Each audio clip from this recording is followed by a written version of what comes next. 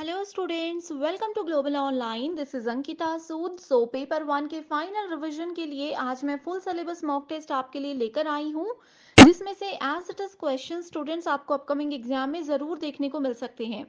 ये सवाल आपके लिए बहुत ज़रूरी हैं, इसीलिए हमेशा की तरह हर एक क्वेश्चन के आंसर के साथ मैं आपको इंपॉर्टेंट एक्सप्लेनेशन भी दूंगी, ताकि अगर अभी तक भी आपके कोई कॉन्सेप्ट क्लियर नहीं है तो वो आसानी से आपके क्लियर होते रहें। इसके अलावा स्टूडेंट्स, आपको इस मॉक टेस्ट में हर एक क्वेश्चन को पढ़ना है, वीडियो को पॉज करना है, खुद से उसको सॉल्व करने की कोशिश करनी है और उसके बाद फिर वीडियो को प्ले करते हुए आंसर को क्रॉस चेक करना है। एंड ज़रूर इस सेशन के एंड में अपना जो भी स्कोर हुआ है वो मेरे साथ ज़रूर शेयर करें। इसी के साथ फिर सेशन को शुरू करते हैं। स्टूडेंट्स, पेपर वन के बेस्ट प्रिपरेशन के लिए एक टेस्ट सीरीज हम लेकर आए हैं जहां पर आपको unit wise most updated questions मिलेंगे। जो भी यूनिट्स आपने अभी तक नहीं पढ़ी हैं उन सभी यूनिट्स को आप पीवाईक्यूज एंड एक्सपेक्टेड क्वेश्चंस के साथ बहुत इजीली पढ़ सकते हो। कंप्लीट कंटेंट आपको हिंदी और इंग्लिश में मिलेगा एंड जितने भी क्वेश्चंस इस सीरीज में आपको दिए जाएंगे सभी के आंसर्स के साथ आपको इजी एक्सप्लेनेशन भी दी जाती है, ताकि अगर कोई कॉन्सेप्ट आपका अभी तक भी क्लियर नहीं है तो उसको पढ़ने के लिए, उसको क्लियर करने के लिए आपको किसी बुक को रेफर ना करना पड़े। इसी पीडीएफ में से आपको सारे सॉल्यूशन मिल जाएंगे। मोस्ट अपडेटेड क्वेश्चंस है, साथ ही स्टूडेंट्स आपको full syllabus and unit wise mock test भी हम प्रोवाइड करवाते हैं एंड 2018 से लेकर के 24 तक के सभी पीवाईक्यूज आपको डिटेल में मिलेंगे। इसमें ना सिर्फ आपके नॉर्थ ईस्ट सेट एग्जाम के बल्कि अदर स्टेट्स के जो सेट एग्जाम होते हैं उसके प्रीवियस ईयर क्वेश्चंस भी हम प्रोवाइड करवाते हैं। तो ये दो नंबर्स आपको दे रही हूँ, व्हाट्सएप के थ्रू आप इस टेस्ट सीरीज की पूरी जानकारी ले सकते हो। तो इसी के साथ स्टूडेंट्स अब बढ़ते हैं क्वेश्चंस की ओर। तो पहला प्रश्न है, the open source platform course builder on which NPTEL courses are seen was created by. So NPTEL ने एक प्लेटफॉर्म बनाया है जिसका नाम है कोर्स बिल्डर। ओके, इसमें डिफरेंट नेप्टेल के कोर्सेज होते हैं एंड ये प्लेटफॉर्म क्या है, ये एक ओपन सोर्स प्लेटफॉर्म है, इसमें इसकी इंफॉर्मेशन दी गई है। तो इसको किसने क्रिएट किया है, यानी कि किसके द्वारा ये बनाया गया है। Options are Microsoft, Google, Oracle या फिर विप्रो। आप सभी को बता दूं कि ये जितनी भी कंपनीज हैं ये बहुत बड़ी कंपनीज है जो कि सॉफ्टवेयर्स बनाती हैं, बहुत बड़ी बड़ी वेबसाइट्स बनाती हैं। इसमें देखो स्टूडेंट, सबसे पहले आंसर तो मैं बताती ही हूँ, वो है गूगल। तो गूगल ने ही कोर्स बिल्डर नाम का ये प्लेटफॉर्म बनाया है। ओके, यहाँ पे इंपॉर्टेंट चीज है नेप्टेल क्या होता है। नेप्टेल एग्जामिनेशन पॉइंट ऑफ व्यू से बहुत इंपॉर्टेंट चीज है, इसकी फुल फॉर्म होती है national programme on technology enhanced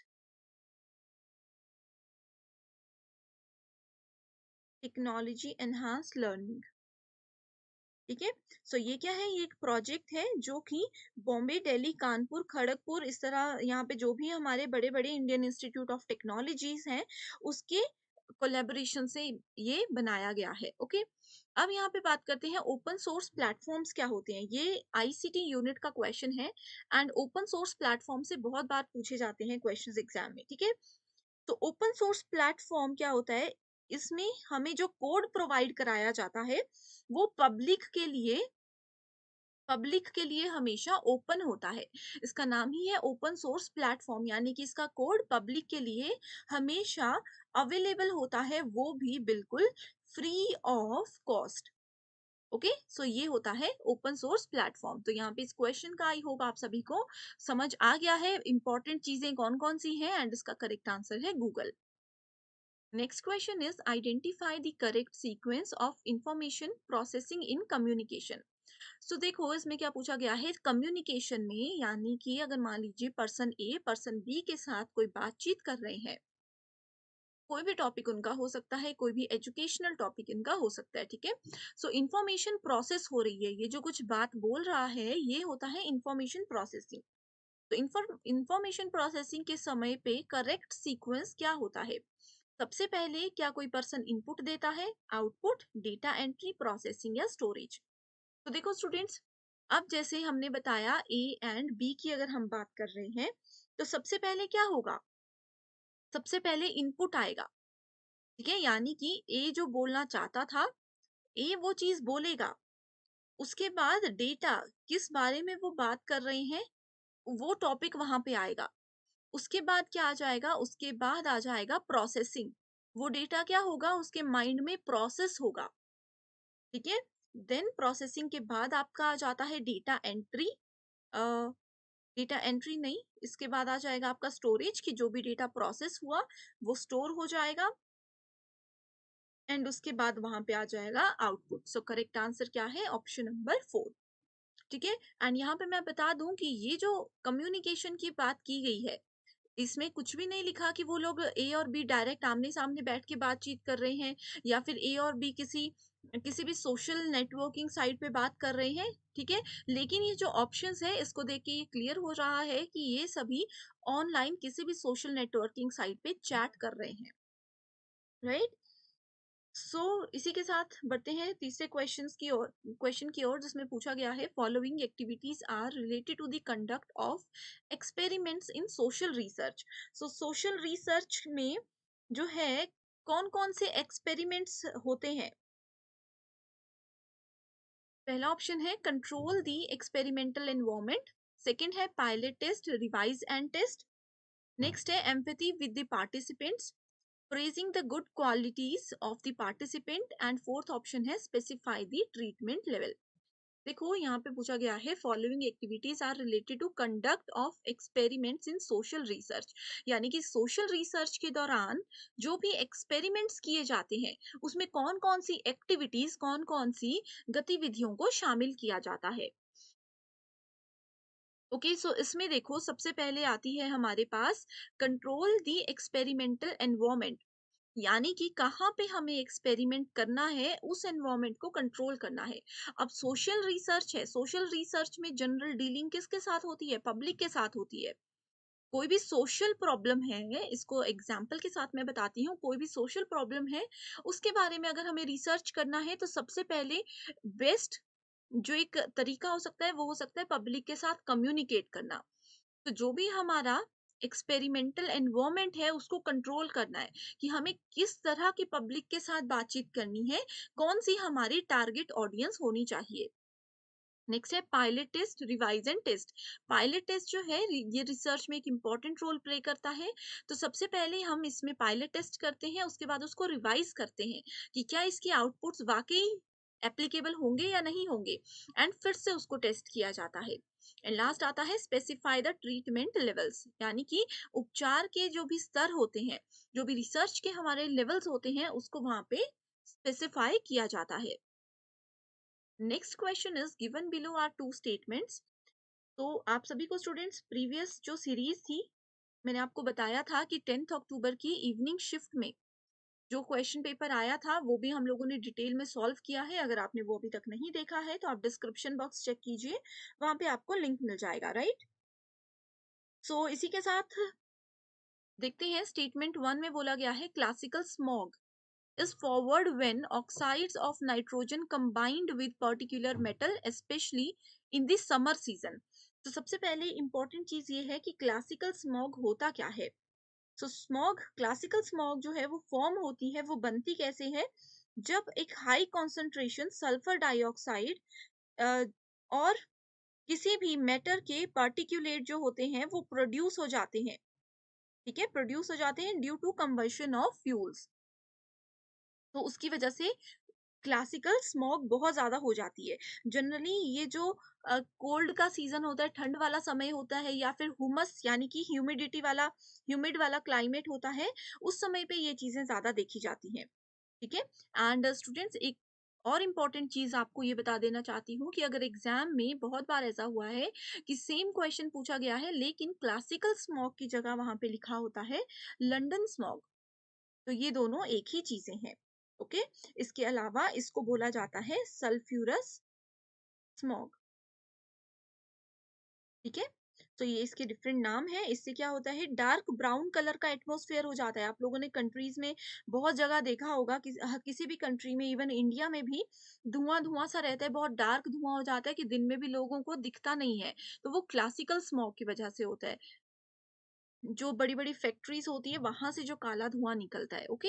next statement है, इसमें पूछा गया है, classical smog reduces atmospheric visibility to a great extent, यानी कि ये क्या करता है, एटमॉस्फेयर में एक जगह से दूसरी जगह जो देखने वाला लेवल होता है, उसको विजिबिलिटी को वो कम कर देता है, रिड्यूस कर देता है। ओके, सो स्टेटमेंट 1 बिल्कुल गलत है एंड स्टेटमेंट 2 बिल्कुल ट्रू है। जैसे मैंने आपको बताया, अगर हम लोग यहाँ पे दिल्ली की बात करें, दिल्ली में आपने देखा है कितना ज्यादा पॉल्यूशन होता है, दिन के समय भी लोग नहीं इधर उधर देख पाते ज्यादा दूरी तक। यही स्टेटमेंट 2 बोलती है। Next question is again statement based question है। इसमें पूछा गया है, disadvantage of interpersonal communication is the availability of immediate feedback. So यहाँ पे एक टर्म है इंटरपर्सनल कम्युनिकेशन। अब देखो, ये कम्युनिकेशन के ही एक टाइप के अंदर आता है इंटरपर्सनल। इंटरपर्सनल होता है जब एक पर्सन किसी दूसरे पर्सन से बात करता है, लेकिन बोलने वाला भी पर्सन एक ही होगा, सुनने वाला भी एक ही होगा।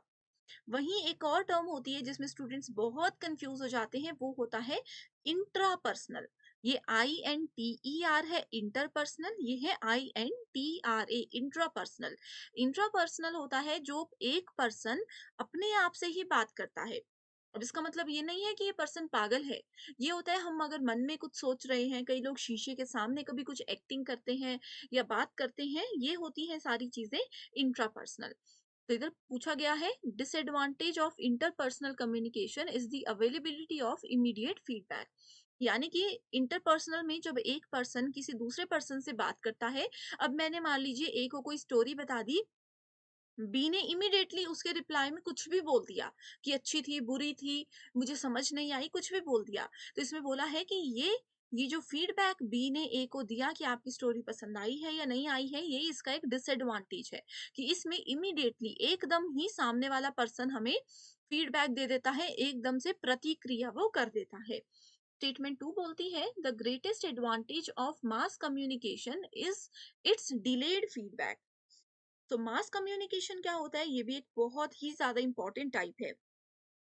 तो मास कम्युनिकेशन एक ऐसा प्रोसेस होता है जिसमें कि इंफॉर्मेशन एक्सचेंज होती है, लेकिन एक पर्सन यहाँ पे बोलता है एंड हजारों लाखों लोग दूसरी तरफ उस चीज को सुनते हैं या देखते हैं। इसका बेस्ट एग्जाम्पल क्या है? इसका बेस्ट एग्जाम्पल है न्यूज चैनल। न्यूज क्या होता है, सिर्फ एक ही एंकर न्यूज बोलते हैं। ठीक है, एक एंकर ने न्यूज बोली, वहां पे लाखों लोग टीवी पे उस न्यूज को सुनते हैं। या फिर मोटिवेशनल स्पीकर्स होते हैं, या फिर कोई लेक्चर देने के लिए आपके कॉलेजेस में भी बहुत बार आए होंगे, लाखों हजारों बच्चे इस तरफ होते हैं। एंड यहाँ पे एक ही पर्सन जो है वो उन सभी स्टूडेंट्स को, उन सभी बच्चों को कुछ भी मोटिवेशनल कोट्स बताते हैं, या इस तरह से कोई भी बातचीत होती है। तो ये होता है मास कम्युनिकेशन। सो इसका बोला गया है कि ये एडवांटेज है कि इसमें फीडबैक होता ही नहीं है, या फिर होगा भी तो वो बहुत ही ज्यादा विलंबित होता है, बहुत ही ज्यादा आराम से होता है। तो इसका करेक्ट आंसर है कि स्टेटमेंट 1 जो है एंड स्टेटमेंट 2 जो है वो दोनों ही फॉल्स है। अब देखो, ये फॉल्स क्यों है, क्योंकि एकदम से अब मैं आपको पढ़ा रही हूँ, आप लोगों को मैं बोलती हूँ इसी क्वेश्चन पे कि अगर आपको ये अभी तक के 5 क्वेश्चन समझ आए हैं तो आप मुझे कमेंट कर दीजिए, पसंद आए हैं नहीं आए हैं जो भी है कमेंट कर दीजिए। तो ये क्या है, ये इमीडिएट फीडबैक है, तो ये एडवांटेज भी तो है मेरे लिए। मुझे समझ आएगा कि बच्चों को समझ आ रहा है, मुझे पता चलेगा कि बच्चे मुझे पसंद कर रहे हैं या नहीं कर रहे हैं। ठीक है, सो ये चीजें होती है, इसीलिए दोनों स्टेटमेंट्स फॉल्स हैं।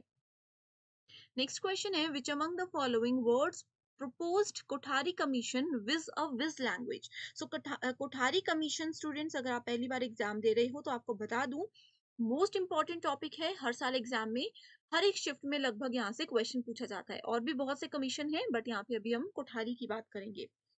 सो कोठारी कमीशन का मेजर फोकस किस चीज पे होता है, वो होता है सोशल जस्टिस पर।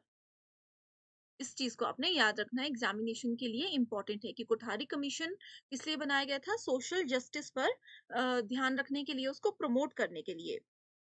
एंड इसके अलावा कोठारी कमीशन किस पे फोकस करता है, ये जो हमारी गर्ल्स की एजुकेशन है, ठीक है, या फिर बैकवर्ड गर्ल्स होती हैं जिनको बिल्कुल भी पढ़ाई नहीं करने को मौका मिलता है, सो बैकवर्ड गर्ल्स की एजुकेशन के लिए, या फिर जो हमारे ट्राइबल पीपल होते हैं, फिजिकली हैंडीकैप्ड या फिर मेंटली रिटार्टेड पीपल होते हैं, उन सभी को प्रमोट करने के लिए, उन सभी को बढ़ावा देने के लिए कोठारी कमीशन लागू किया गया था।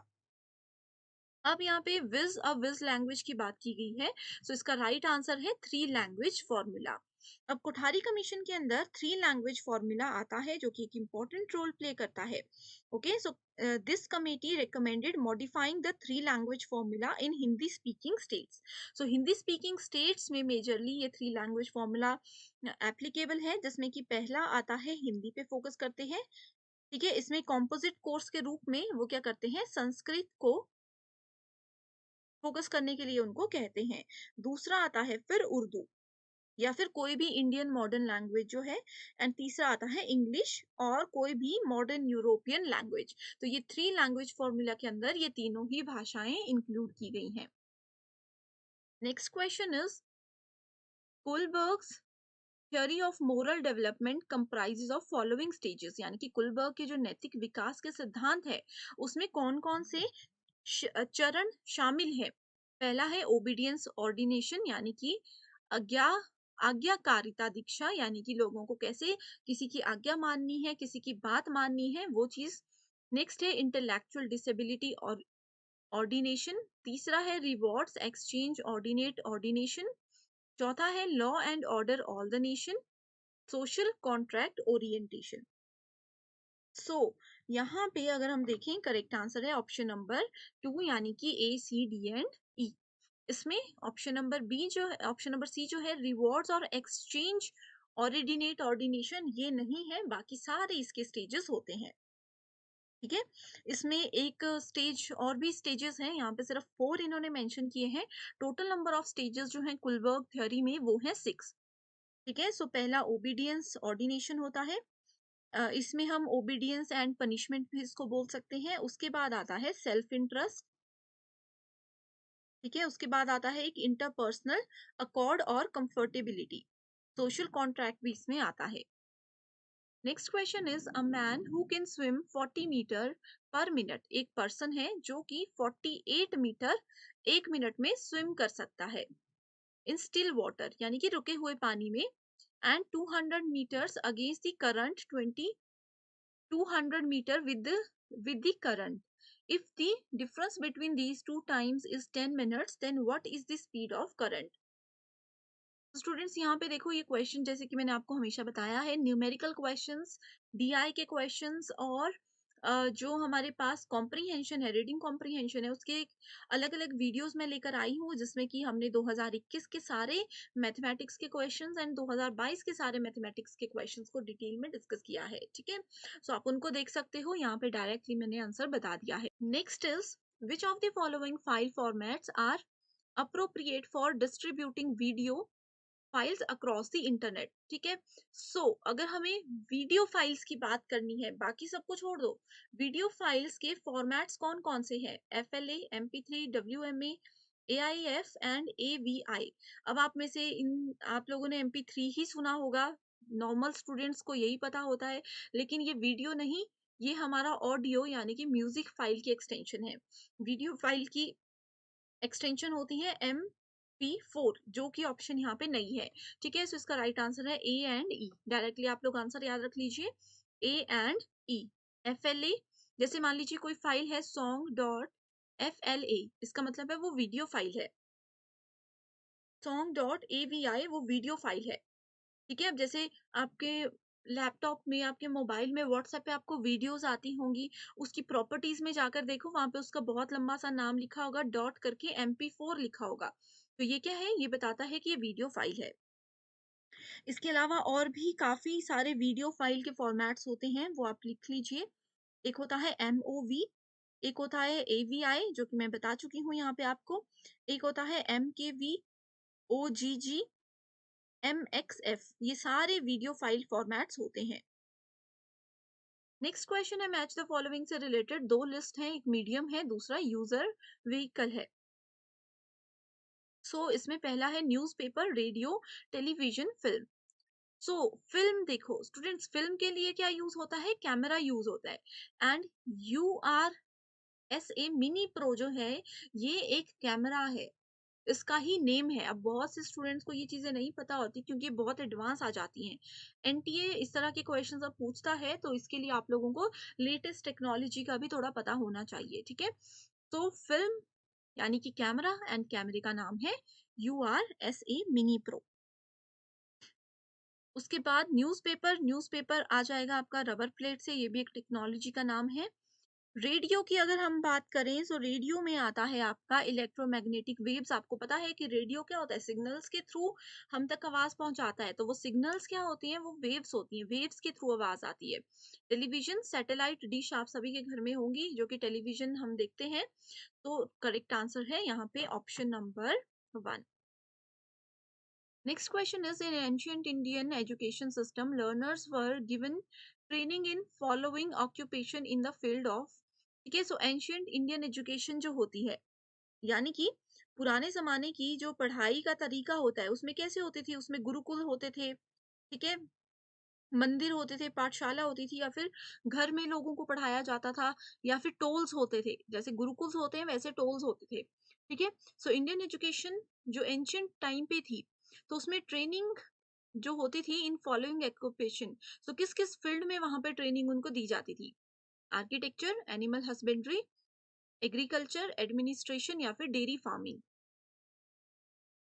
यहाँ पे देखें, अगर उस जमाने में होता था, एक तो आर्किटेक्चर होता था, क्योंकि जब लोग घर बनाते थे, झोंपड़ियां बनाते थे, गुरुकुल बनते थे, तो उन लोगों को वो चीजें सिखाई जाती थी कि कैसे ये बनने चाहिए।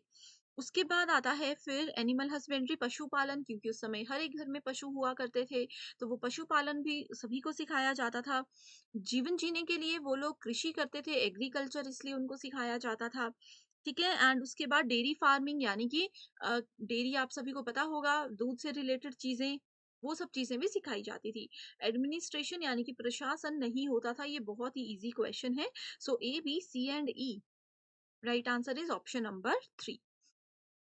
Next question again statement based question है। इसमें पहली स्टेटमेंट बोलती है, an inference which is based on the middle term being only positively related to major term is called केवल नैवी। ओके, सो केवल नैवी क्या होता है, ये आप लोगों को पता होना चाहिए। देखो स्टूडेंट्स, क्लासिफिकेशन ऑफ इन्फेरेंस अगर आप लोगों ने पढ़ा है, ठीक है, उसमें इन्फेरेंस को 3 हिस्सों में डिवाइड किया जाता है। पहला हिस्सा आता है केवल नव्यायी, केवल नव्यायी, ठीक है। दूसरा आता है केवल व्यातिरेकी, एंड तीसरा आता है अनवाय वातरिकी। ये सारे इन्फेरेंसेस होते हैं, ये किस पे बेस्ड होते हैं, ये सारे व्याप्ति पर बेस्ड होते हैं। यहाँ पे अगर देखो, आप इसको देख सकते हो, इस टर्म के साथ अगर आपको इन्फेरेंस दिखता है, ठीक है, बहुत इजीली इस तरह के क्वेश्चंस का आप आंसर दे सकते हो। इसके साथ अगर आपको इन्फेरेंस दिखता है, तो डायरेक्टली आप मैच कर सकते हो कि इसी का टाइप है, इसलिए स्टेटमेंट 1 बिल्कुल ट्रू है। ओके, एंड स्टेटमेंट 2 बिल्कुल फॉल्स है। क्यों फॉल्स है, ये भी मैं आपको बताती हूँ। अब देखो स्टूडेंट्स, क्या होता है कि संस्कृत एक्सप्रेशन में जब भी हम व्याप्ति, पहले मैं आपको व्याप्ति बताती हूँ, जो कि एक यहाँ पे बात की गई है, ठीक है, ये बहुत इंपॉर्टेंट टॉपिक है। संस्कृत एक्सप्रेशन का ये टर्म है, इसमें हिंदू फिलोसफी भी आती है। व्याप्ति का मतलब होता है स्टेट ऑफ परवेशन। इसको हम लॉजिकल ग्राउंड ऑफ इन्फेरेंस में यूज करते हैं। इसमें क्या होता है, इसमें ये बोलता है कि कोई भी कंक्लूजन नहीं हो सकता विदाउट द नॉलेज ऑफ व्याप्ति। यानी कि अगर हम लोगों को व्याप्ति के बारे में पता नहीं है, तो उस बात से हम लोग कंक्लूजन यानी कि फाइनल आंसर कभी भी नहीं निकाल सकते हैं, ठीक है। यानी कि सिंपल भाषा में अगर बात करें, तो व्याप्ति हमें गारंटी देती है कि जो हमारा कंक्लूजन है किसी भी बात का, जो हमारा निष्कर्ष है, वो बिल्कुल ट्रू है, वो बिल्कुल सत्य है। Next question is, given below are two statements. One is labeled as assertion and another is reason. A valid deductive argument with all true premises will be lead to a true conclusion. Okay, इसमें देखो क्या है, यहाँ पे दोनों statements true हैं। Second statement बोलती है, in a valid deductive argument the conclusion follow from the premises with absolute necessity. Deductive inductive argument हर साल क्वेश्चन पूछा जाता है। लास्ट वीडियो में भी मैंने डिटेल में बताया है, डिडक्ट का मतलब होता है कम करना। सिंपल भाषा में अगर बोले, तो डिडक्ट होता है कम करना, यानी कि हम ऊपर के लेवल से नीचे की ओर जा रहे हैं, यानी कि हम लोग प्रीमाइसेस से कंक्लूजन, निष्कर्ष की ओर जा रहे हैं।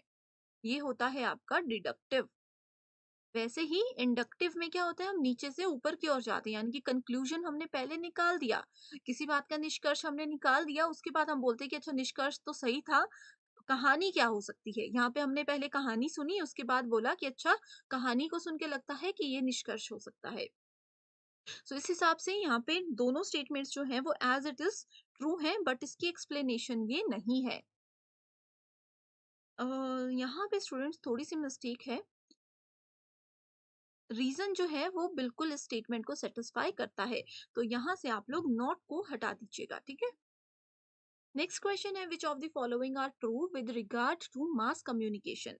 मास कम्युनिकेशन मैंने आप लोगों को बता दिया, एक पर्सन बहुत ज्यादा लोगों को, हजारों लाखों लोगों को एक साथ कोई मैसेज देता है, that is called mass communication.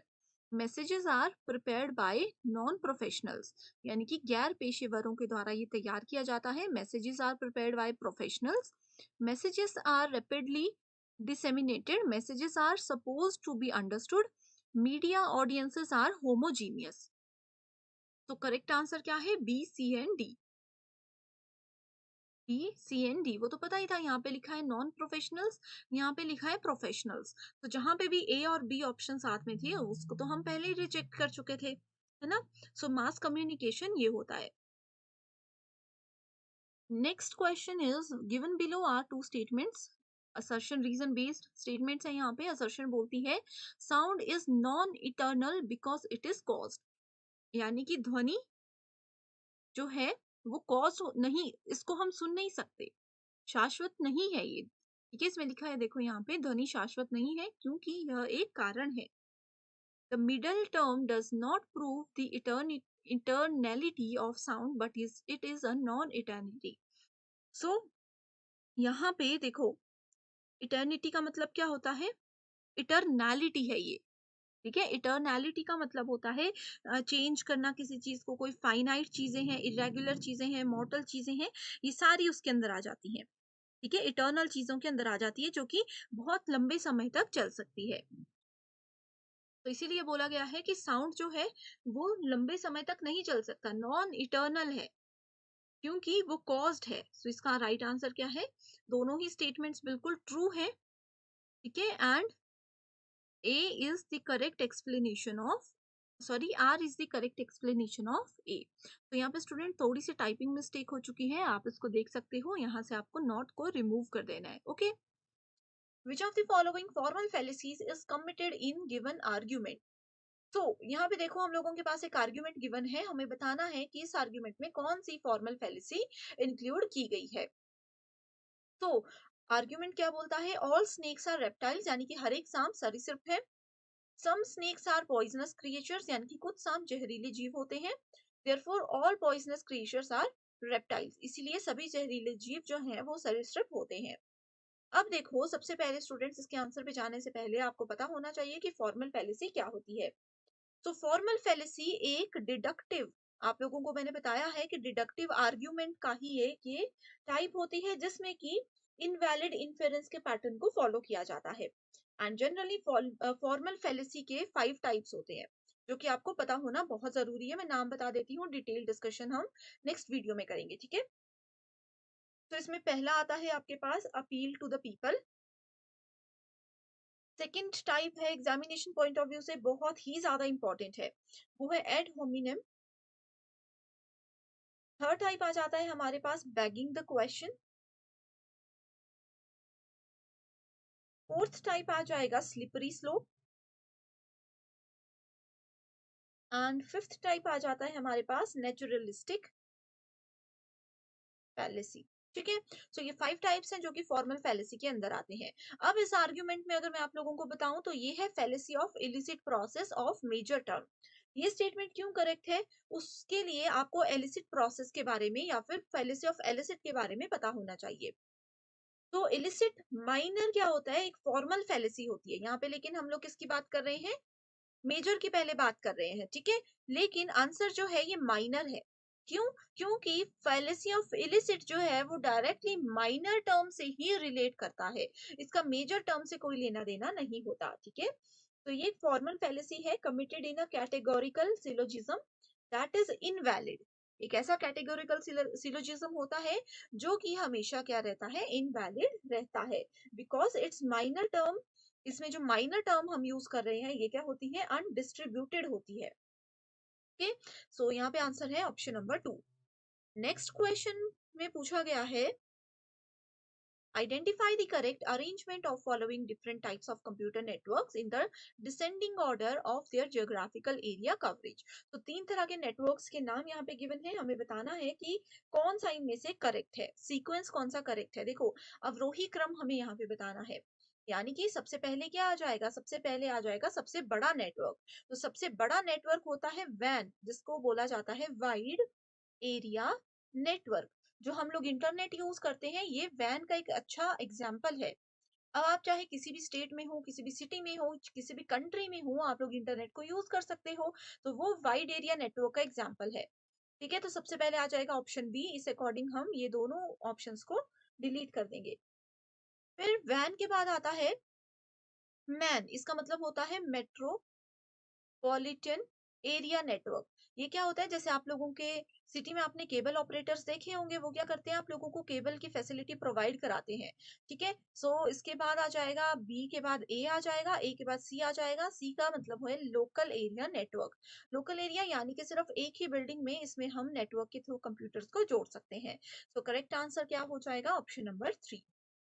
अगला क्वेश्चन है, which among the following is a valid criticism of experimental method in social sciences. तो आप लोगों को experimental method in social sciences यानी कि सामाजिक विज्ञानों में प्रायोगिक पद्धति के बारे में पता होना बहुत जरूरी है। ठीक है, तो जितने भी एक्सपेरिमेंटल मेथड्स होते हैं यानी कि प्रायोगिक पद्धतियां होती हैं, ये मैनिपुलेशन करती हैं एक वेरिएबल को, जिससे कि वो दूसरे वेरिएबल को चेंज कर सके। ठीक है, इसकी सिंपल सी डेफिनेशन ही आप लोग याद रख लीजिए, इसको ज्यादा डिटेल में जाने की जरूरत नहीं है। तो इसका करेक्ट आंसर है artificiality of laboratory condition। Next question is, given below are two statements in respect of computers, statement 1 and 2। statement 1 बोलती है DVD ROM is an optional storage media and it can be written many times। तो DVD ROM क्या होता है, DVD, इसकी full form मैं आप लोगों को प्रीवियस उसमें भी बता चुकी हूँ। एंड स्टूडेंट्स, ये मैंने आप लोगों को दे दिया होमवर्क क्वेश्चन। ठीक है, इसका आंसर आप लोग मुझे कमेंट करके जरूर बताइएगा। इसमें बोला गया है कि डीवीडी रोम एक ऑप्शनल स्टोरेज मीडिया होता है जिसमें कि हम एक ही चीज को, मतलब एक बार कुछ उसमें गाने डाल दिए, वीडियो डाल दिए, उसको डिलीट करके दूसरी बार कुछ और अपलोड कर सकते हैं। एंड सेकंड स्टेटमेंट बोलती है, software is loaded into secondary storage from RAM and it is then executed by CPU. तो जो भी सॉफ्टवेयर हम यूज करते हैं, जैसे कि एप्लीकेशंस होती हैं, कोई भी सॉफ्टवेयर होते हैं, उसको अगर एक बार हम अपने कंप्यूटर की सेकेंडरी मेमोरी में डाल दें, वो रैम से चला जाता है एंड फिर उसको सीपीयू अपने आप एग्जीक्यूट करता है। सो करेक्ट आंसर क्या है, करेक्ट आंसर है ऑप्शन नंबर 2 की दोनों ही स्टेटमेंट जो है बिल्कुल यहाँ पे गलत है। नेक्स्ट क्वेश्चन है मैथमेटिक्स का, बहुत इजी क्वेश्चन है ये, एग्जाम में इस तरह के क्वेश्चंस बहुत बार पूछे जाते हैं। Simple interest on a sum of money is 1/9। तो सिंपल इंटरेस्ट मनी में कितना है, 1/9 है। And the principal of the number of years is equal to rate percent per annum in the rate percent per annum is. Okay okay, तो इसको देखो हम क्या बोल सकते हैं, सिंपल इंटरेस्ट हम लोगों को दिया हुआ है 1/9। अब इसको कैलकुलेट करने के लिए आपको ये पता होना चाहिए कि आई जो है वो होता है 1/9 इंटू पी, यानी कि R is equals to T भी हम इसको बोल सकते हैं। सो इस अकॉर्डिंग अगर हम लोग वैल्यूज देखें तो हमारे पास वैल्यूज इस पूरे को कैलकुलेट करके आ गई, I is equals to P T R by 100%, ये बाई 100। ठीक है, तो इसकी वैल्यू कितनी है, 1/9 P is equals to P into R by 100। ठीक है, सो जब हम इसको कैलकुलेट करेंगे तो आंसर आ जाएगा 10/3%।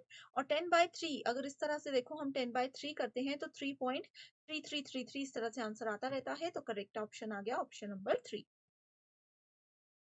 Next question is, and students अगर आप ये सोच रहे हो कि मैम ने बहुत जल्दी हमें ये क्वेश्चन बता दिया, नहीं समझ आया, तो मैं आपको बहुत बार बता चुकी हूँ कि क्वेश्चन पेपर सीरीज में mathematics DI and reading comprehension के जो क्वेश्चंस होते हैं उस पर एक सेपरेट वीडियो हमेशा मैं लेकर आती हूँ, जिसमें हम डिटेल में डिस्कशन करते हैं। ओके, इसीलिए यहाँ पे मैंने आपको डायरेक्टली फास्ट प्रोसेस में ये चीजें बता दी है।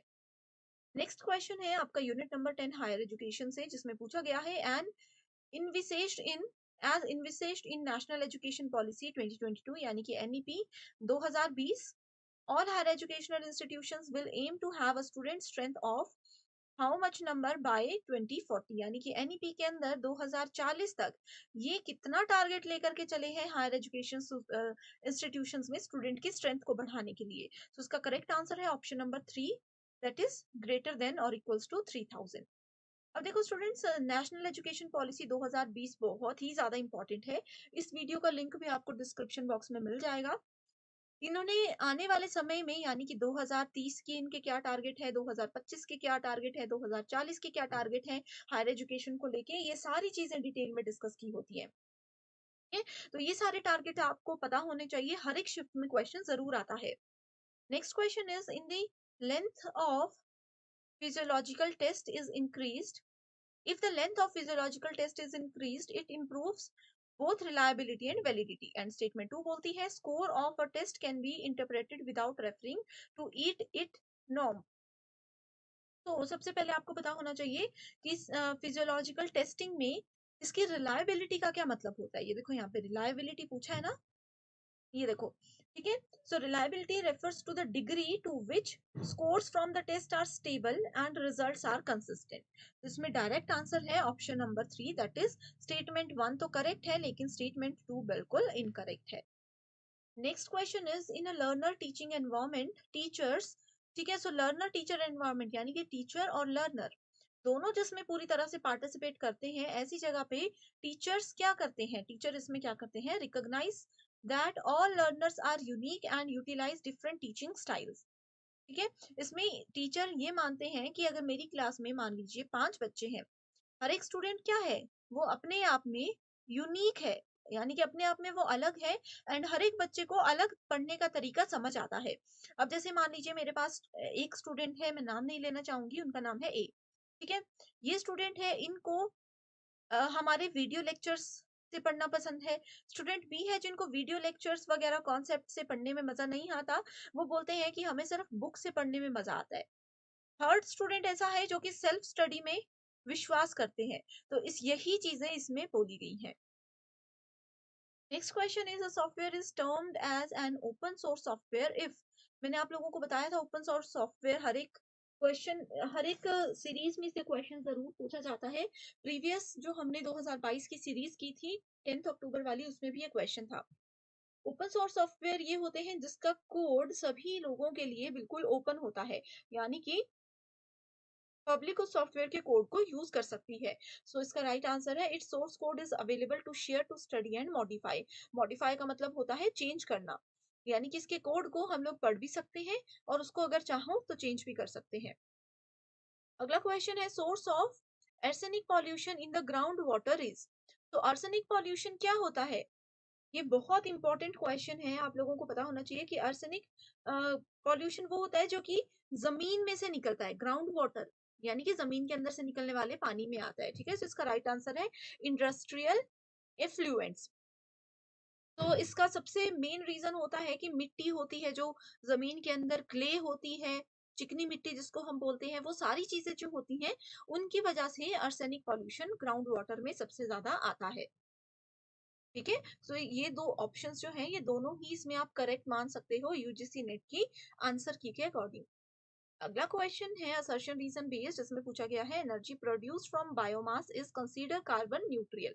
तो बायोमास से जो भी एनर्जी, जो भी ऊर्जा उत्पादित होती है वो क्या होती है, कार्बन न्यूट्रल होती है, यानी कि कार्बन तटस्थ होती है, ठीक है। तो बायोमास क्या होता है ये आपको बता दूं, बायोमास एक रीन्यूएबल ऑर्गेनिक मटेरियल है। रीन्यूएबल मतलब बार बार हम उसको यूज कर सकते हैं, ठीक है, जो कि पेड़ पौधे और जानवरों में से हमें मिलता है। Biomass continues to be an important fuel in many countries, जैसे कि कुकिंग के लिए भी बायोमास ऑयल्स को यूज किया जाता है, हीटिंग मशीन्स में भी इसको यूज किया जाता है। नेक्स्ट इसका रीजन है biomass does not add CO2 to the atmosphere, यानी कि बायोमास वातावरण में CO2 कार्बन डाइऑक्साइड नहीं जोड़ता है। करेक्ट आंसर है कि स्टेटमेंट 1 बिल्कुल ट्रू है एंड 2 बिल्कुल फॉल्स है। इसका रीजन जो है वो गलत है। तो स्टूडेंट्स नेक्स्ट क्वेश्चन है रिसर्च मेथोडोलॉजी पर बेस्ड, जहां पे मैच द फॉलोइंग से रिलेटेड पूछा गया है। एक तरफ रिसर्च के डिफरेंट टाइप्स है, दूसरी तरफ उसके डिस्क्रिप्शन है। तो qualitative research and quantitative, triangular and Meta analysis, ये चार ऑप्शंस है। सबसे पहले हम क्वालिटेटिव की ही बात करते हैं, जो कि ऑप्शन 1 है।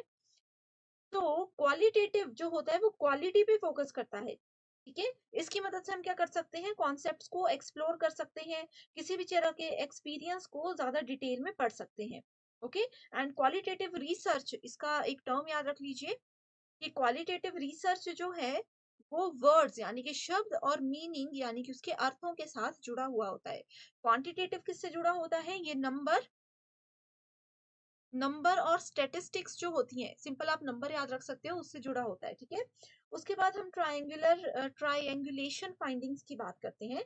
तो ट्रायंगुलेशन का मतलब होता है जिसमें कि हम किसी प्रॉब्लम के सॉल्यूशन के लिए मल्टीपल मेथड्स को एक साथ यूज करते हैं।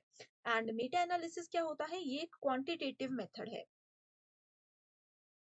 ठीक है स्टूडेंट्स, ये देखो, ये भी मैं आप लोगों को बता दूं कि ये है क्वांटिटेटिव मेथड का एक टाइप, एंड ये है ऑप्शन नंबर 3 क्वालिटेटिव मेथड का एक टाइप। ठीक है, सो मेटा एनालिसिस क्या होता है, ये एक क्वांटिटेटिव मेथड का टाइप होता है, जो कि एक सिस्टमैटिक वे में हमें कंक्लूजन तक पहुंचाने में मदद करता है। ओके, सो यहाँ पे डायरेक्ट आंसर पे जाते हैं, जो कि है ऑप्शन नंबर 2, आप लोग इसको देख सकते हो। ठीक है, डायरेक्ट डेफिनेशंस है। नेक्स्ट क्वेश्चन है पेयर ऑफ ऑपोजिशन एंड उसका रिजल्ट क्या आएगा। A being given as a true undeterminate, ये डायरेक्ट आंसर पे जाती हूँ। क्यों स्टूडेंट्स, क्योंकि देखो आप लोगों को सबसे पहले तो ए ई आई ओ का मतलब पता होना चाहिए। मैंने कल की वीडियो में भी बताया था ए ई आई एंड ओ, ये जो है आपके लॉजिकल रीजनिंग का एक बहुत इंपॉर्टेंट पार्ट होता है। ए का मतलब होता है ऑल, ई का मतलब होता है नॉट, आई का मतलब होता है सम, एंड ओ का मतलब होता है सम नॉट। ठीक है, so A being given as true undetermined, यानी कि अगर ए को हम ट्रू मानते हैं, ठीक है, ए को अगर ट्रू मानते हैं तो इसके साथ ट्रू कौन होगा, तो इसके साथ आई ट्रू होगा। ए अगर ट्रू है तो इसके साथ आई भी ट्रू होता है। ठीक है, वैसे ही ई को अगर हम ट्रू मानते हैं तो इसके साथ क्या चलेगा, इसके साथ आई को भी हम ट्रू मानेंगे। ओके, इस तरह से आप देख सकते हो यहाँ पे डायरेक्ट डेफिनेशन है। सॉरी स्टूडेंट्स, यहाँ पे ना थोड़ा सा प्रिंटिंग मिस्टेक हो चुका है। यहाँ पे आ जाएगा ओ इज अनडिटरमाइंड, यहाँ से इसको हटा के, यहाँ से इसको हटा के अनडिटरमाइंड जो है वो यहाँ पे आएगा। ओके, तो इस तरह से ये क्वेश्चन बन गया कि A being given as true, 1 second, कि अगर हम लोग ए को ट्रू मानकर चलते हैं तो उसके डायरेक्ट में हम किसको यूज कर सकते हैं, उसके डायरेक्ट में हम बोलेंगे कि आई भी ट्रू है। सिमिलरली ई को अगर हम ट्रू मान के चलते हैं तो क्या होगा, तो आई को हम फॉल्स मानेंगे। इस तरह से ए ई आई ओ, अगर ये ट्रू है तो ये फॉल्स होगा, अगर ये फॉल्स होता तो ये ट्रू होता। इसमें भी एक सेपरेट वीडियो है, आप मेरे नाम से, अंकिता सूद के नाम से एक प्लेलिस्ट चेक कर सकते हो हमारी इसी यूट्यूब चैनल पर। नेक्स्ट क्वेश्चन है, in the context of vocational education the organisation NSTC is, NSTC का फुल फॉर्म, ये क्वेश्चन प्रीवियस शिफ्ट में भी आया था, इसका फुल फॉर्म है नेशनल स्किल डेवलपमेंट कॉर्पोरेशन। ठीक है, सो ये क्या है, एक स्किल डेवलपमेंट कैटलिस्ट है, ये एक स्किल डेवलपमेंट कॉर्पोरेशन है, ये जो कि फंड प्रोवाइड कराती है बड़ी बड़ी कंपनीज को, ऑर्गेनाइजेशंस को, ताकि वो उनके अंदर जो भी लोग हैं उनको स्किल ट्रेनिंग दे सकें। लास्ट क्वेश्चन है, ये direct child development and features है, ये टीचिंग एप्टीट्यूड का क्वेश्चन है। Clicks, crowds, identity and moratorium. ठीक है, डायरेक्ट डेफिनेशंस है, यहाँ पे देखो कुछ भी नहीं दिया गया है। जब भी हम लोग क्लिक्स की बात करते हैं तो वो क्या होता है, स्मॉल ग्रुप्स की हम यहाँ पे बात कर रहे हैं। इसमें तो इन्होंने स्मॉल फ्रेंडशिप बेस्ड ग्रुप्स लिख दिया, डायरेक्टली स्मॉल ग्रुप्स है तो वो क्लिक्स होते हैं। क्राउड्स क्या होते हैं, क्राउड्स होते हैं लेस इंटीमेट मोर लूजली ऑर्गेनाइज्ड ग्रुप्स। ठीक है, एंड उसके बाद आता है हमारे पास आइडेंटिटी, आइडेंटिटी होती है generally sense of one self alone with all their beliefs, emotions and attributes. And next आता है moratorium, moratorium है exploration with a delay in commitment to personal and occupational choices. ठीक है, तो इसका आंसर मैंने आपको बता दिया। इस तरह का क्वेश्चन मैं डिटेल में क्यों नहीं बता रही हूँ, क्योंकि ये बहुत रेयर क्वेश्चंस हैं, थोड़ी बहुत किसी एक आधी शिफ्ट में पूछा जाता है, अदरवाइज इस पे ज्यादा फोकस नहीं किया जाता। ओके, तो आज पेपर 2 के फाइनल रिवीजन के लिए एक स्टडी मटेरियल हम लेकर आए हैं जिसमें आपको full syllabus updated notes and MCQs मिलेंगे। एमसीक्यूज के साथ स्टूडेंट्स यहाँ पर आपको आपके स्टेट और अदर स्टेट्स के पीवाईक्यूज भी हम प्रोवाइड करवाते हैं। एंड ये सारा कंटेंट पीडीएफ की हेल्प से मिलेगा जो कि ना सिर्फ एग्जामिनेशन बल्कि इसके बाद होने वाले इंटरव्यू को क्वालिफाई करने में भी आपको हेल्प करेगा। तो ये जो भी सब्जेक्ट्स आपके सामने हैं आपको इनके फाइल्स का एक्सेस मिल सकता है। इसके लिए गिवन नंबर्स पर आपको व्हाट्सएप के थ्रू कांटेक्ट करना है और पूरी जानकारी मिल जाएगी। आज के लिए सिर्फ इतना ही था स्टूडेंट्स। आई होप आपको ये वीडियो पसंद आई है। तो thank you so much for watching this and I wish you all the very best.